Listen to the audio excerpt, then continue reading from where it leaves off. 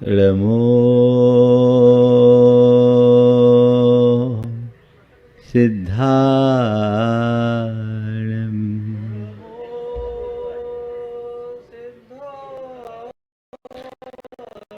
नमो आयर्याणं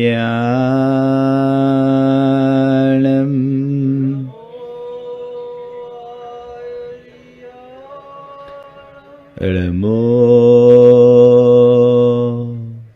उवज्झायाणं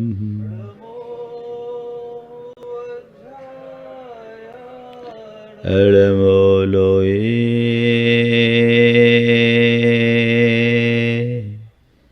सवशाहुनं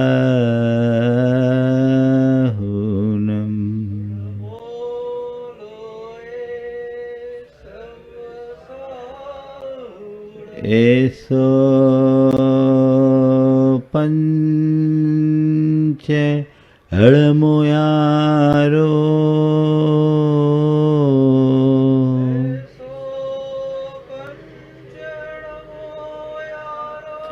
सवपावपनाशिनो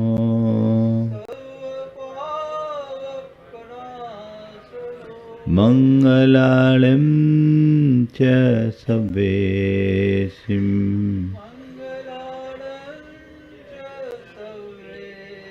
परमं होय मंगलम।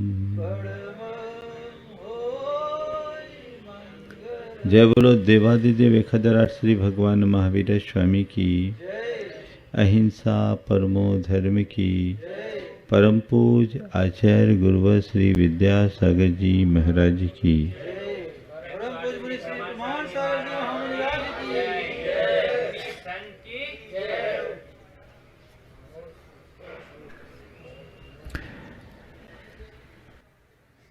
एक बार रात्रि के अंतिम पहर में एक व्यक्ति ने एक सपने देखा।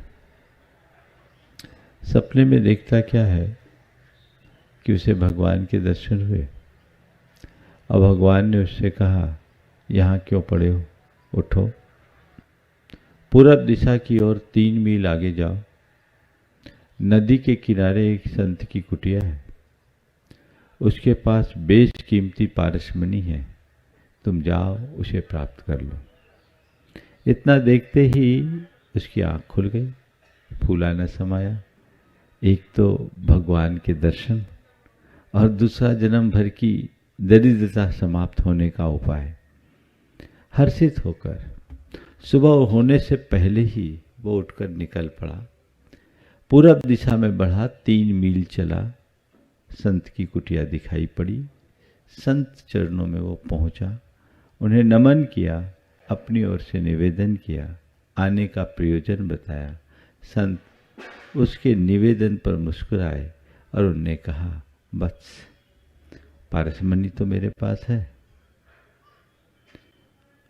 पर वो यहां नहीं, यहां से आधा मील आगे वो जो ऊंचा बरगद का पेड़ दिख रहा है ना, उसके नीचे है। तुम चाहो तो उसे जाकर ले सकते हो। वो सीधे बरगद के पेड़ की ओर बढ़ा। पेड़ के निकट पहुंचते ही उसे चमकती हुई वह पारसमणि दिखाई पड़ी। वो लपक कर उस मणि को उठाया कि तभी उसके मन में एक नया विचार कौंधा। ये संत निश्चित महान और असाधारण है, इसके पास पारसमणि से कीमती भी कोई मणि है, तभी तो इतनी बेशकीमती मणि को यूं रख छोड़ा है।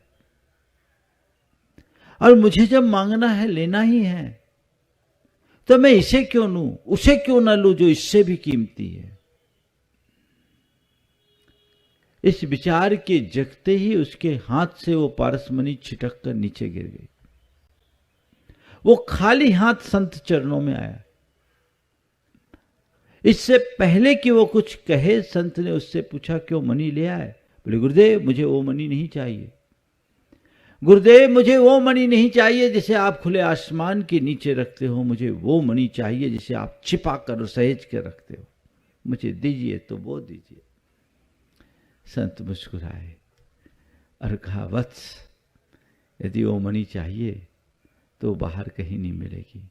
संसार में जितनी भी मणियां हैं, जितनी भी कीमती वस्तुएं हैं, उनका मूल्य है, पर तू सच्चे अर्थों में कुछ पाना चाहता है तो वह तेरे जीवन का तत्व है जो तेरे भीतर है, और उसे पाने के बाद फिर और कुछ पाने की जरूरत नहीं है। यदि पाना चाहता है तो उसे पाओ।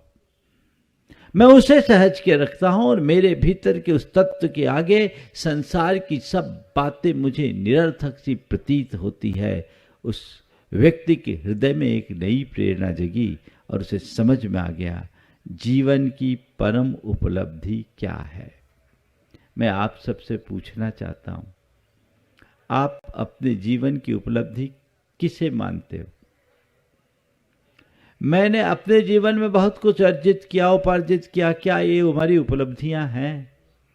अगर आपसे पूछूं कि भाई ये बताओ तुम्हारे जीवन की क्या उपलब्धियां हैं, तो आप गिनाओगे, महाराज मैं पढ़ लिख करके ये बना, पैसा कमाया, मेरा ये घर है, मेरा ये मकान है, मेरी ये संपत्ति है, यही सब ना। पर क्या हकीकत में इसे जीवन की उपलब्धि के रूप में गिना जा सकता है? बोलो, नहीं ना। पर हम लगे किस दिशा में? हमारी भागदौड़ किसके लिए है? हमारी आपाधापी किसके पीछे है? हमारी ये भागम भाग और ये रेलम पेल आखिर किसके लिए है? कभी विचार किया? मनुष्य के साथ सबसे बड़ी विडंबना यह है कि पूरी जिंदगी जी लेता है और पूरा जीवन व्यतीत कर देने के बाद भी उसे पता नहीं रहता कि आखिर मेरा जीवन क्या है, मेरे जीने का उद्देश्य क्या है, मेरे जीने का मकसद क्या है, मेरे जीवन का लक्ष्य क्या है, मेरी जिंदगी की मंजिल क्या है। कुछ तय किया है? कुछ सुनिश्चित किया है कि बस यूं ही जिए जा रहे हैं, सब जी रहे हैं, सो हम भी जी रहे हैं? क्या है जीवन का लक्ष्य? हर मनुष्य को विचार कर, थम कर सोचना चाहिए। हम जिंदगी जीते हैं, एक दिन हमारी अंतिम सांस निकल जाती है, जीवन लीला समाप्त हो जाती है और लोगों को पता लगता है, अरे अभी तक तो सब ठीक था, वो चला गया, थोड़ी देर पहले तो मेरी उससे बात हुई, वो चला गया, कहानी खत्म। जीवन भर मनुष्य जो जोड़ता है वो उसे छोड़ कर जाता है। किसे जोड़ना है? क्या है मेरे जीवन की उपलब्धि? उपलब्धि तभी सही होगी जब लक्ष्य सही होगा, उद्देश्य सही होगा। जीवन की उपलब्धि जीवन मूल्यों की प्रतिष्ठा है। अगर उसे हमने आत्मसात किया तो समझना हमने अपने जीवन में कुछ हासिल किया, बाकी तो सब व्यर्थ है। पर विडंबना यही है कि पूरा जीवन व्यर्थ को सहेजने में व्यर्थ कर देते हैं और जीवन के अंत तक जीवन के अर्थ को नहीं समझ पाते। आज 4 शब्दों की बात आप सबसे करूंगा।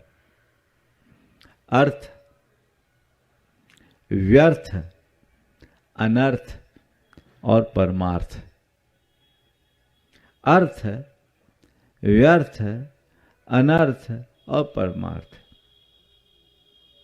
चारों शब्द आपके जाने पहचाने हैं। पर मैं एक बड़े छोटे से उदाहरण से अपनी बात को आगे बढ़ाऊंगा। अर्थ का मतलब है प्रयोजन। गाय से दूध दुहा इसका अर्थ है, उसका एक प्रयोजन है, दोहन आपने किया। दूध फट गया, ये व्यर्थ है। दूध को ढोल देना अनर्थ है और दूध को जमा कर नवनीत निकालकर उससे घृत तैयार करना परमार्थ है। अर्थ से परमार्थ की ओर बढ़ना हमारे जीवन का लक्ष्य होना चाहिए। हमें ये जीवन मिला, ये अर्थवान है, व्यर्थ नहीं है। जीवन का बड़ा मूल्य है, महत्व है, बशर्ते हम जीवन के उद्देश्य को पहचाने। बड़ी कीमती जीवन है। जीवन का मूल्य मनुष्य को तब पता चलता है जब जीवन खो जाता है। जीते जी जो जीवन का मूल्य समझ लेते हैं उनका जीवन अमूल्य हो जाता है। अपने जीवन के मूलभूत अर्थ को समझिए। ये नर जन्म मुझे किस लिए मिला? केवल पैसा कमाने के लिए, केवल मौज मस्ती के लिए, केवल पदार्थ और पदार्थजन भोग के लिए, भोग और विलासिता के लिए, केवल यश और नाम की कामना के लिए नहीं। ये जीवन मिला है जीवन के कल्याण के लिए। अगर मनुष्य जीवन को पा करके मनुष्य अपने जीवन के कल्याण की दिशा में कोई कार्य करता है तब तो उसके जीवन का अर्थ है, अन्यथा सब व्यर्थ है। आपको कोई अवसर मिले और आप उस अवसर का उपयोग न करो तो व्यर्थ हुआ कि नहीं? अवसर का लाभ कब है? जब आप उसका प्रयोग करो, यही अवसर का अर्थ है। चांस मिला तो आप उसका लाभ उठाओ। मनुष्य जीवन एक अवसर है, इसका लाभ उठाओ, इसके अर्थ को समझो, जीवन को आगे बढ़ाने की कोशिश करो। और जो मनुष्य जीवन पाकर केवल गोरख धंधे में उलझ करके रह जाता है, उसका जीवन व्यर्थ हो जाता है।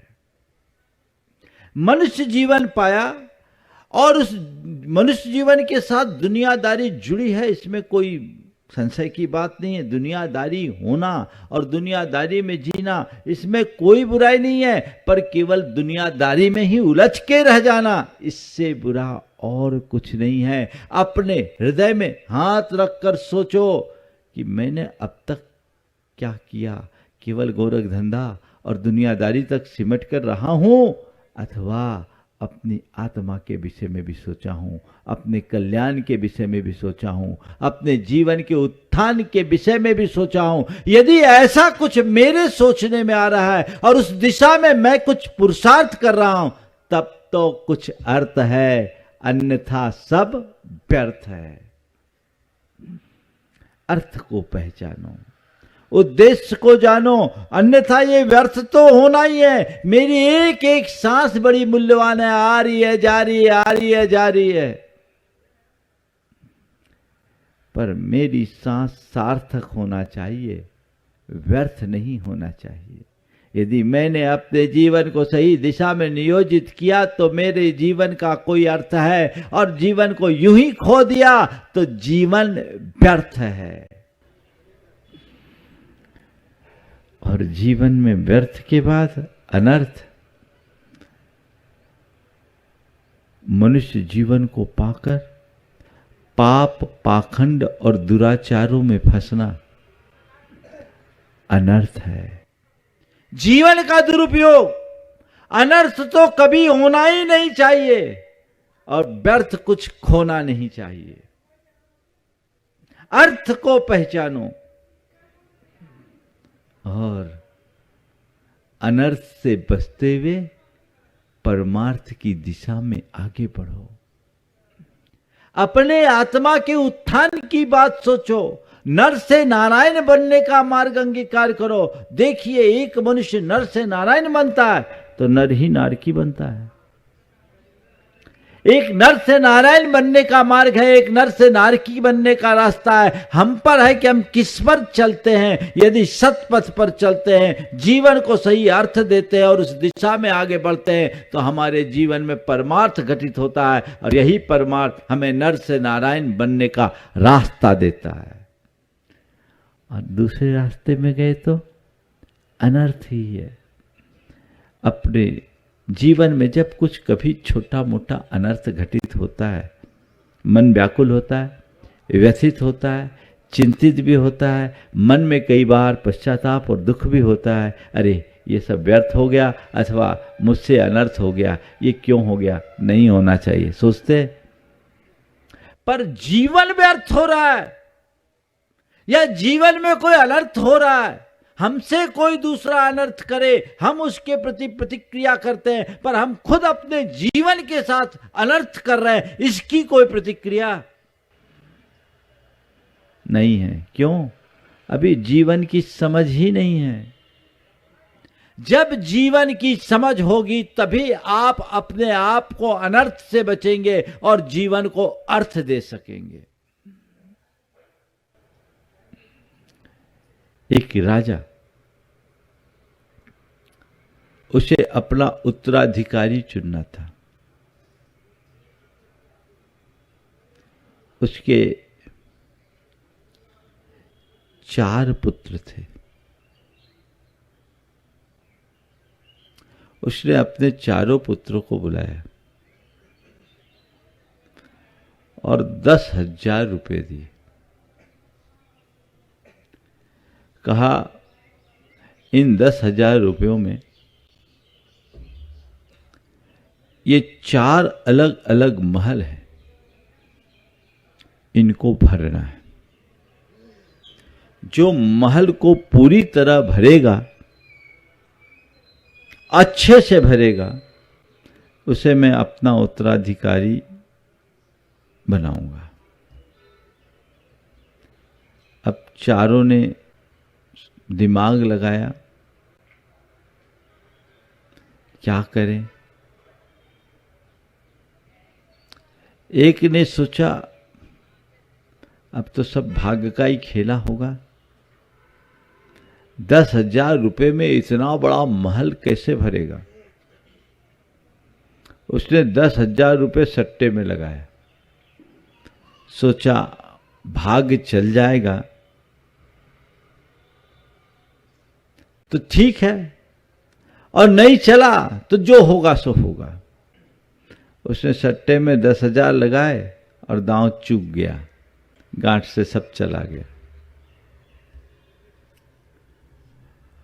दूसरा थोड़ा कैलकुलेटिव था। उसने सोचा क्या किया जाए, तो उसने म्युनिसिपल कॉरपोरेशन वालों से बात की और सोचा सबसे सस्ता क्या होगा, कचरा। तो बोला एक काम करो, 10 दिन में हमें महल को भरना है, 10 दिन पूरे शहर का कचरा आप इस महल में भर दो, कचरा भर दो महल में। ठीक, कचरा भरा, सोचा हमने काम कर लिया, महल ठसाठस भर गया। तीसरे ने बहुत दिमाग लगाया कि 10,000 रुपये में महल को कैसे भरा जाए। तो बाजार में गया, उसने 10,000 रुपये में रुई के बड़े बड़े बोरे खरीदे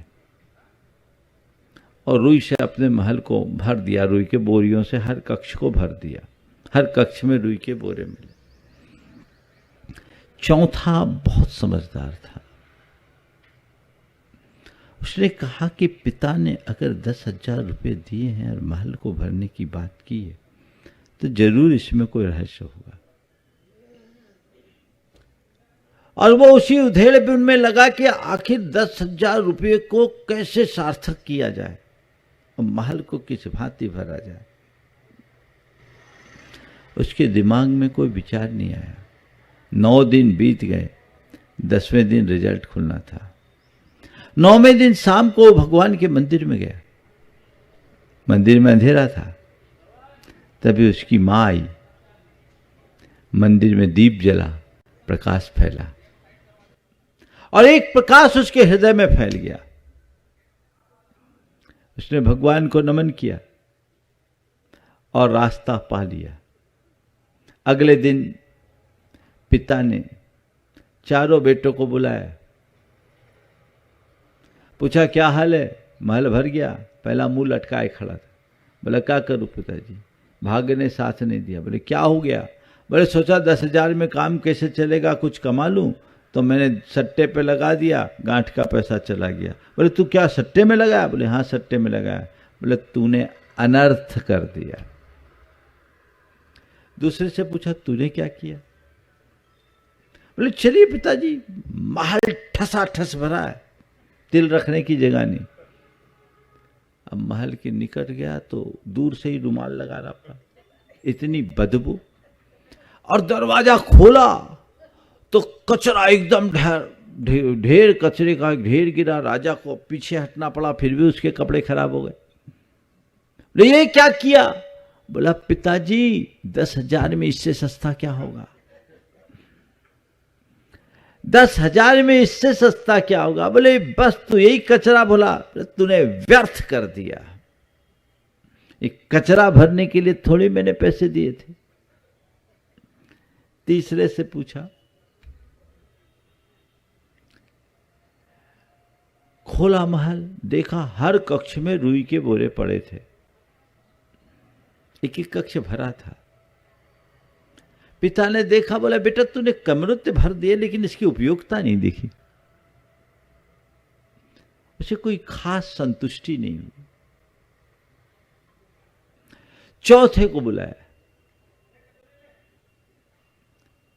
बोले क्या तूने महल भर दिया? बोले पिताजी चले, आप जब पहुंचेंगे पूरा महल भरा मिलेगा।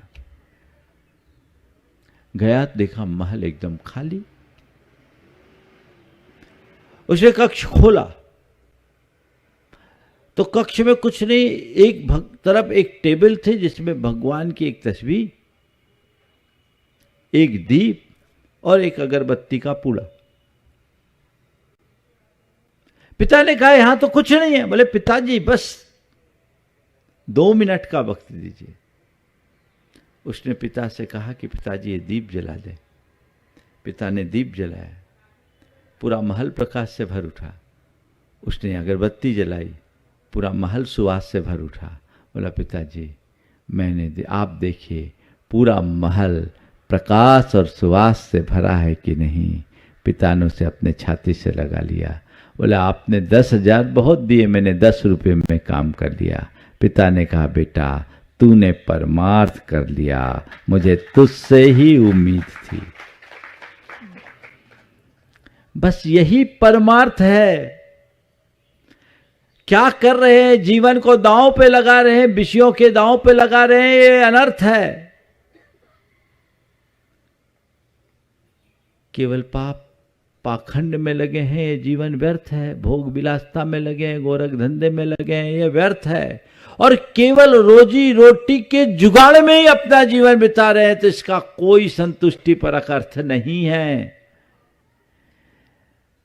नर भव पाकर नर करनी कर रहे हैं तभी परमार्थ है। नर करनी करे, आगे बढ़े, जीवन को उन्नति के रास्ते पर लेकर चलने का उपक्रम करे। क्या कर रहे हैं? समीक्षा कीजिए, अब तक मैंने क्या किया, क्या क्या चीजें हैं जिसे मैं अपने जीवन की उपलब्धि के रूप में अंकित कर सकता हूं कि ये काम मेरे जीवन की एक विशिष्ट उपलब्धि के रूप में गिना जा सकता है। 2-4 काम 2 पल के लिए। देखिए हमारी मौत तो कभी भी आ सकती है, किसी का कोई ठिकाना है क्या? बैठा बैठा इंसान भी चला जाता है। कब स्विच ऑफ हो और लाइन कट जाए कोई भरोसा नहीं, कब बत्ती गुल हो जाए कोई पता नहीं, कभी भी हो सकता है। मैं आपसे कहता हूं 2 पल के लिए अपनी आंखें बंद करिए और कल्पना कीजिए कि अभी इसी क्षण मेरी मृत्यु होती है तो क्या मैं अपने जीवन को सार्थक करता हुआ जाने का एहसास कर पाऊंगा? आंखें बंद करके थोड़े सोचिए। क्या झलका? शायद रिक्तता होगी, खालीपन होगा। और ये उम्र के हर पड़ाव में यही होता है क्योंकि हमने अपने जीवन की दिशा ही तय नहीं की। हर पल मृत्यु का एहसास कीजिए, तभी जीवन रास्ते पर आएगा। कोई भी पल मेरे जीवन का आखिरी पल हो सकता है, कोई भी सांस मेरी जीवन की आखिरी सांस बन सकती है। क्या पता कब मेरी अंतिम सांस निकल जाए और मेरी अर्थी उठ जाए। अर्थी उठने के बाद क्या होगी? चिता सुलगेगी और क्या होगी? संत कहते हैं इससे पहले कि तुम्हारी अर्थी उठे, अपने जीवन के परम अर्थ को जान लो। इससे पहले कि तुम्हारी चिता जले, अपनी चेतना को जगा लो।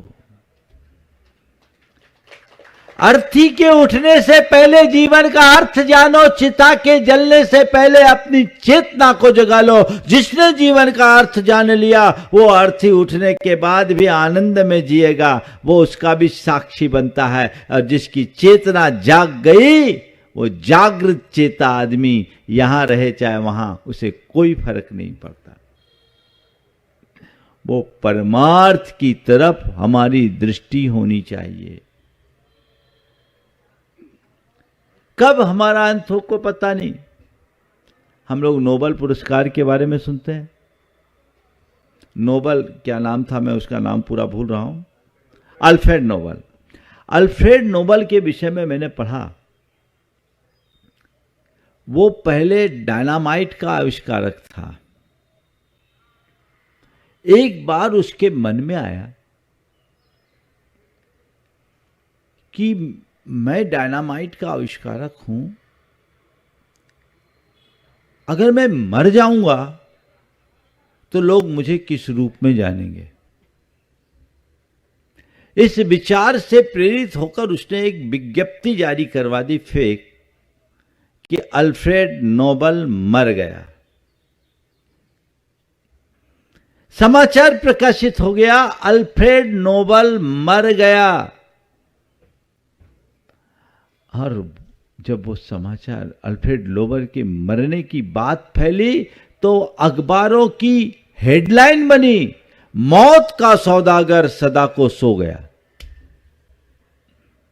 मौत का सौदागर सदा को सो गया। अल्फ्रेड ने जब वो समाचार पढ़ा तो उसकी आत्मा हिल गई कि धिक्कार है मुझे, इस दुनिया से मैं जाऊंगा तो मौत के सौदागर के रूप में जाना जाऊंगा। अब मुझे दिशा बदलनी है। और तब उसने सारी संपत्ति को अच्छे कार्य में लगाया, पारमार्थिक कार्य में लगाया, और नोबेल पुरस्कार की स्थापना हुई कि मौत के सौदागर के रूप में नहीं, शांति के दूत के रूप में हमारी पहचान होनी चाहिए। चेतना जग गई।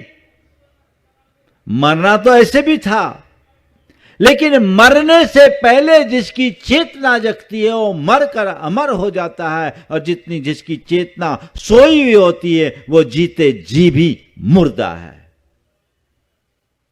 जीते जी भी मरने के समान है, मरे के समान है। अपनी चेतना को जगाओ। गुरुदेव ने एक बहुत अच्छा हाइकू लिखा, वो मर गया। वो मर गया यानी बूढ़ा होकर पूरा हो गया।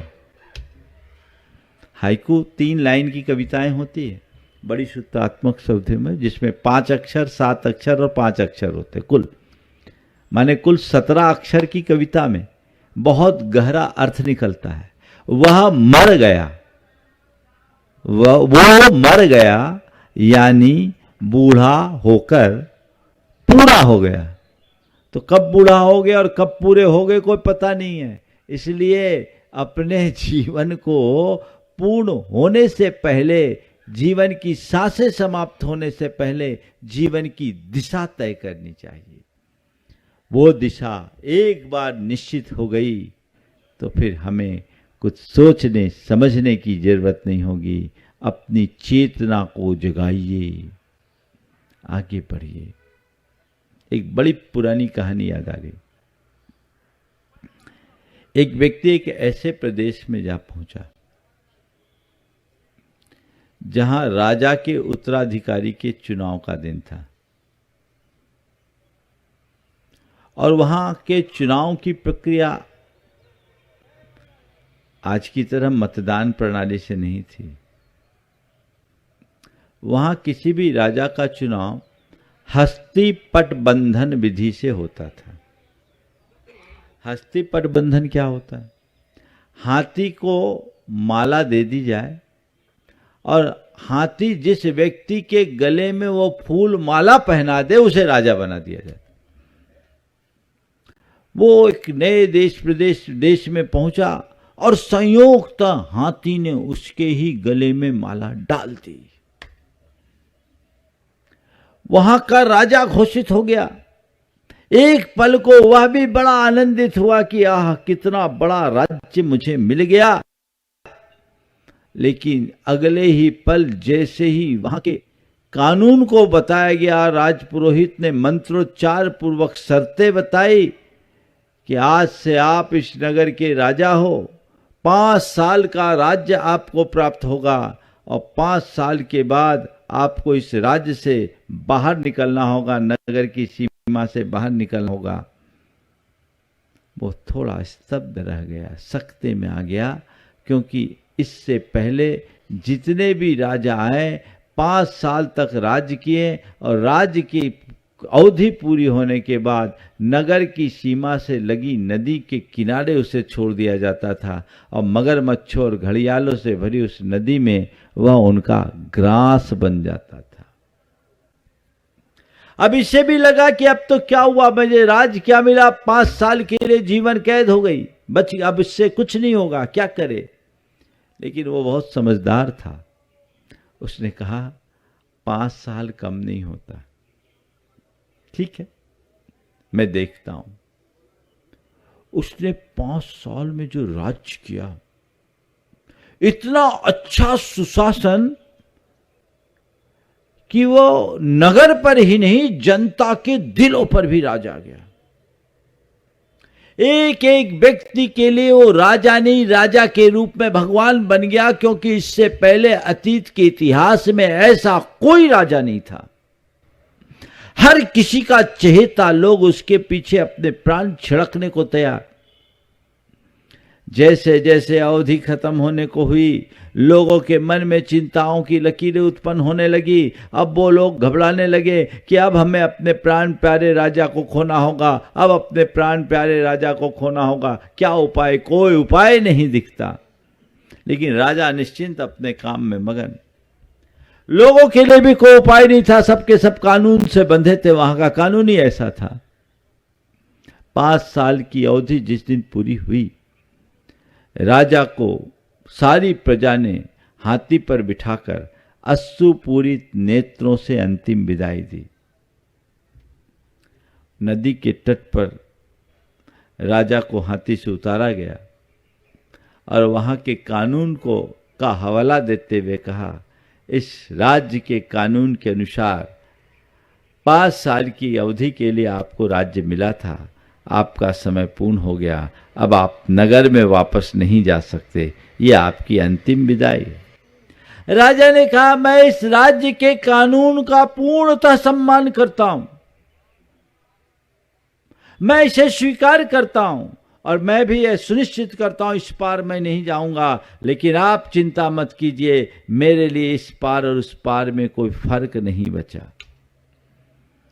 आप किसी प्रकार की चिंता मत कीजिए, मेरे लिए इस पार अथवा उस पार के लिए कोई फर्क नहीं पड़ा। सब लोग देखते रह गए, क्योंकि नदी में एक बढ़िया पुल बना था और उस पार नगर बसा था। राजा पांव पैदल चलकर इस पार से उस पार चला गया और जब राजा उस पार गया तो पूरी प्रजा भी उस पार चले गई और हमेशा हमेशा के लिए सबकी सुरक्षा हो गई। कहानी आप लोगों को रोचक लगी कि नहीं लगी? ये कहानी काल्पनिक है, लेकिन इसका कथ्य बड़ा सत्य है।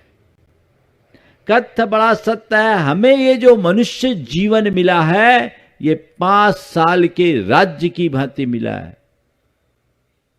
इस मनुष्य जीवन को पाकर इस पार से उस पार जाने के लिए कुछ व्यवस्था कर ले। अगर अभी हमने व्यवस्था कर ली तब तो ठीक, नहीं तो फिर नरक निगोद के मगरमच्छों और घड़ियालों का शिकार तो बनना ही पड़ेगा। दुख और दुर्गति से अपने आप को बचा पाना असंभव सा हो जाएगा। इसलिए इस पार से उस पार की बात सोचो, एक पुल बनाओ। ये धर्माचरण और कुछ नहीं, उसी पुल के निर्माण की पुख्ता प्रक्रिया है कोशिश। अरे अभी तो 5 साल पड़े हैं, फिर क्या, अभी तो राज भोग लो, बाद में क्या भोगोगे। राज भोगो नहीं, राज योग बनाओ, ताकि इस पार भी रहो और उस पार भी रहो। हरिवंश राय बच्चन की पंक्तियां बड़ी सार्थक है। दीर्घ देख जहां तक पाता हूं तम का सागर लहराता है, फिर भी उस पार खड़ा कोई हम सबको खींच बुलाता है। मेरा मन तो डगमग करता तट पर के हलकोरों से, एकाकी जब पहुंचूंगा मझधार न जाने क्या होगा। इस पार प्रभु तुम हो, सब हैं उस पार न जाने क्या होगा। इस पार प्रभु तुम हो, सब हैं उस पार न जाने क्या होगा। कभी सोचा, कल्पना की? इस पार का तो तुमने पूरा ख्याल किया है, उस पार के लिए क्या है, उस पार के लिए क्या है। जो पारमार्थिक उपलब्धियां है वही उस पार की उपलब्धि है, बाकी सब की सब व्यर्थ है। इसलिए हम अपने जीवन को व्यर्थ न गंवाएं, अपितु व्यर्थ को अर्थ देने की कोशिश करें। जो दे सके व्यर्थ को अर्थ, जो दे सके व्यर्थ को अर्थ, वही सिद्ध, वही समर्थ। व्यर्थ को अर्थ दो, यहां तो अर्थ को ही व्यर्थ कर रहे हैं और अनर्थ हो रहा है। यह जीवन के साथ एक बहुत बड़ा धोखा है, भुलावा है, छल है, इससे बचना चाहिए। अपने जीवन के प्रति जागरूक बनिए। ये नरभाव बहुत कठिनाई से मिला है, ये बार बार नहीं मिलना। जैसे कोई रत्न किसी सागर में डाल दो तो दोबारा उसे पा पाना असंभव जैसा है, वैसे एक बार हमने नरभाव खो दिया, इसे दोबारा पाना असंभव जैसा बहुत कठिन है। काश हम इसकी दुर्लभता का एहसास करते और अपने जीवन के पथ को आगे बढ़ाने का प्रयास करते, तो हम अपने जीवन की उन्नति कर सकते थे। इसलिए पुल बनाने की योजना हमें बताना है। एक दिन तो जाना, ये तो तय है ना। बोलो, ऐसा तो नहीं कि अजर अमर बन के आए हो अंबिकापुर वाले, है क्या? कोई नहीं। राजा हो या रंक, सबको जाना होगा, है ना। एक दिन तो जाना होगा। एक सिंहासन चढ़ी चले, एक बंधत जाए, जंजीर कहते ना। आया है सो जाएगा राजा रंक फकीर, एक सिंहासन चढ़ी चले, एक बंधत जाए जंजीर। माने क्या हुआ? जो आया उसको जाना है, जाना तय है, इसमें कोई संशय नहीं। तय केवल इतना करना है कि कैसे जाना है। पुण्य की सिंहासन पर आरूढ़ होके जाना है या पाप की जंजीरों से जकड़ कर जाना है, तय केवल हमें यह करना है। अगर हमने जीवन को सही दिशा दी, जीवन के अर्थ को समझकर परमार्थ में अपनी बुद्धि को नियोजित किया, तो समझना हम सम्राट बन गए। और जीवन में अनर्थ किया या केवल गोरख धंधे में उलझ कर रह गए, तो समझना हमने अपने जीवन को व्यर्थ कर दिया। अब हमें भिखारी बनना होगा। इसलिए गुरुदेव कहते हैं, जुड़ो न जोड़ो, जोड़ा छोड़ो, जुड़ो तो बेजोड़ जोड़ो। बहुत सुंदर हाइकू है।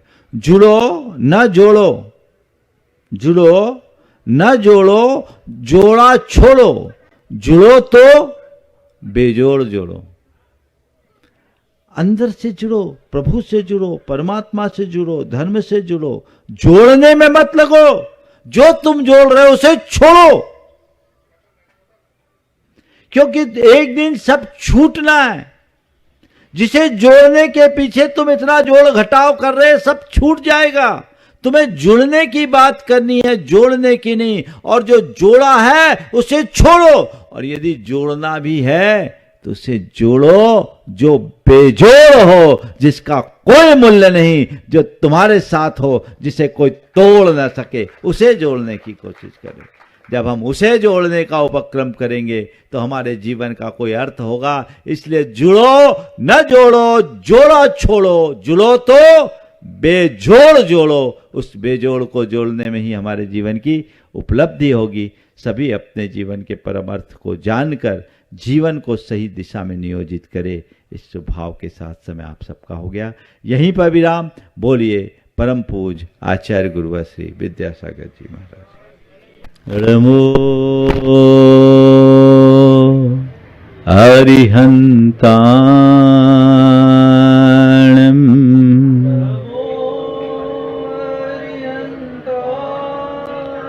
नमो सिद्धाणं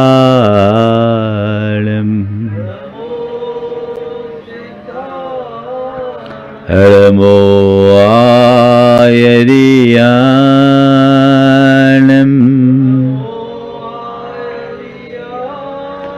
नमो वज्झायानं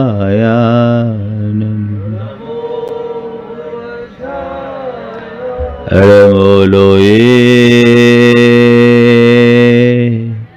सवशाहुनं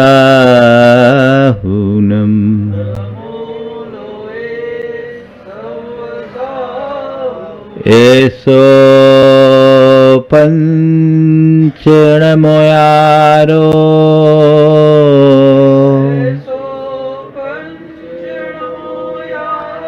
सवपावपनाशिनो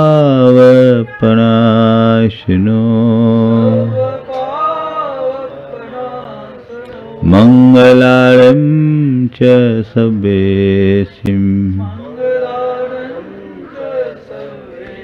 पढ़मं होई मंगलम। जय बोलो अहिंसा परमो धर्म की। परम पूज्य आचार्य गुरुवर श्री विद्यासागर जी महाराज की।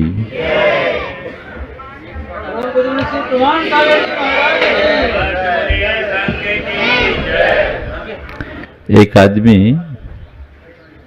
अपना घर बना रहा था।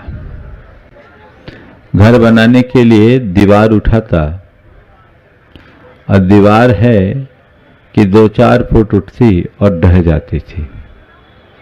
काफी दिनों से वो परेशान था, उसका मकान बन नहीं पा रहा था। एक दिन किसी संत का उधर से गुजरना हुआ और उसने अपनी व्यथा उस संत के समक्ष रखी। गुरुदेव, बहुत दिन से परेशान हूं, मेरा घर नहीं बन पा रहा है, आखिर मेरा घर क्यों नहीं बन रहा है। संत ने उसके मकान को देखा, दीवार को देखा और कहा कि तुम दीवार तो उठा रहे हो, पर यह बताओ इसकी नींव किधर है। तुम दीवार तो उठा रहे हो, पर यह बताओ इसकी नींव किधर है। उसने कहा, गुरुदेव, लोग बड़े बेवकूफ हैं जो अपना बहुत सारा पैसा और समय उस नींव में लगा देते हैं जो दिखाई नहीं पड़ती। मैं अपना घर बनाऊंगा और बिना नींव के बनाऊंगा। संत उसकी बात सुनकर हंस पड़े और कहा, मुझे हंसी आ रही है तुम्हारी अज्ञानता पर, और तुमसे भी ज्यादा लोगों की अज्ञानता पर। तुम अपना घर बिना नींव के बनाना चाहते हैं और लोग अपना जीवन बिना नींव के उठाना चाहते हैं।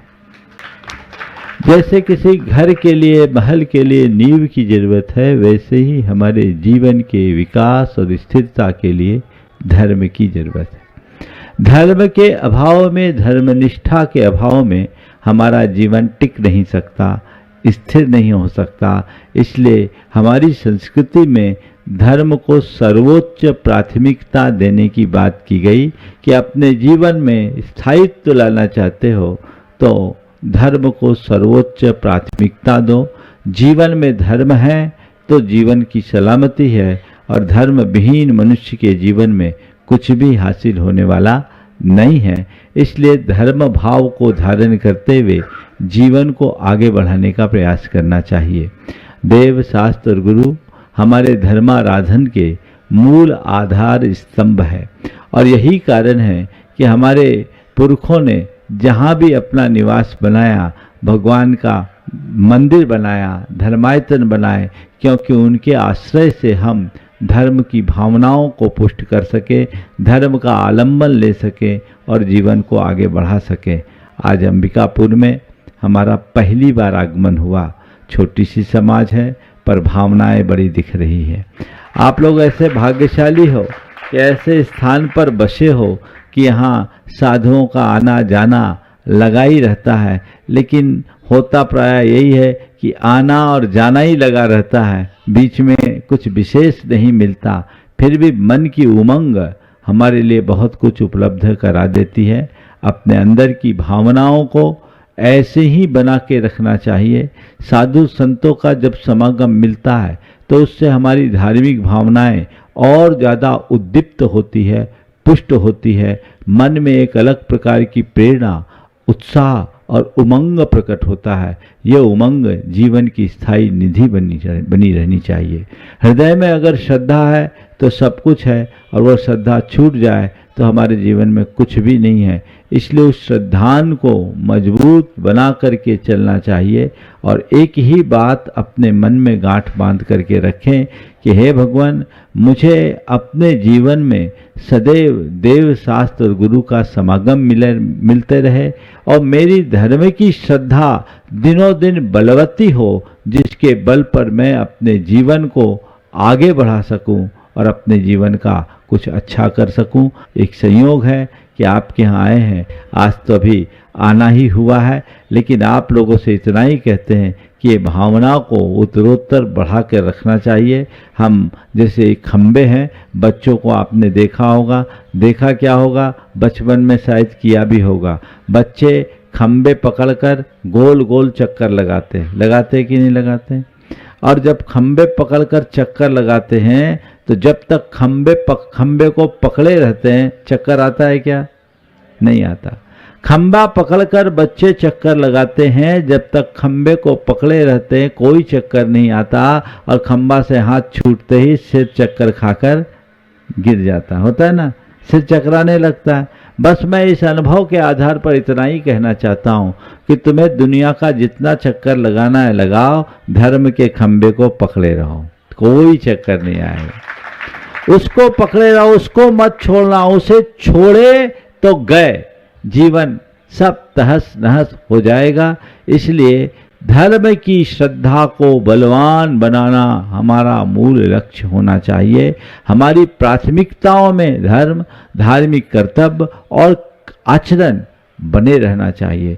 मनुष्य धन कमाता है, वो खो जाए दोबारा पाया जा सकता है, लेकिन धर्म निष्ठा अगर एक बार चली गई तो उसे दोबारा जगह पाना बहुत मुश्किल होता है। पता नहीं आप लोग कितना भाग्य है, लेकिन आप लोग भाग्यशाली ही, ये तय है, ये संयोग तो मानकर चलना चाहिए। जब हम छत्तीसगढ़ में प्रवेश किए तब से अंबिकापुर वाले बाउंड्री सीमा पर ही आ गए थे, एकदम बॉर्डर पर ही आ गए थे, लेकिन इन लोगों को उम्मीद नहीं थी कि इधर आने का योग होगा। लेकिन कैसा पुण्य उछाल मारा कि आप पूरी गाड़ी वापस लौट करके आ गई है। हम लोग एक बड़े लक्ष्य को लेकर के चल रहे हैं, इसी भाव के साथ कि मात्र भावना मम रहे, टूटे कर्म संयोग, और देव शास्त्र गुरुदेव का सदा मिले शुभ योग। ये भावना अपने मन की बनाए रखे और अपने जीवन के पथ को प्रशस्त करे। यहीं पर विराम। बोलिए अहिंसा परमो धर्म की।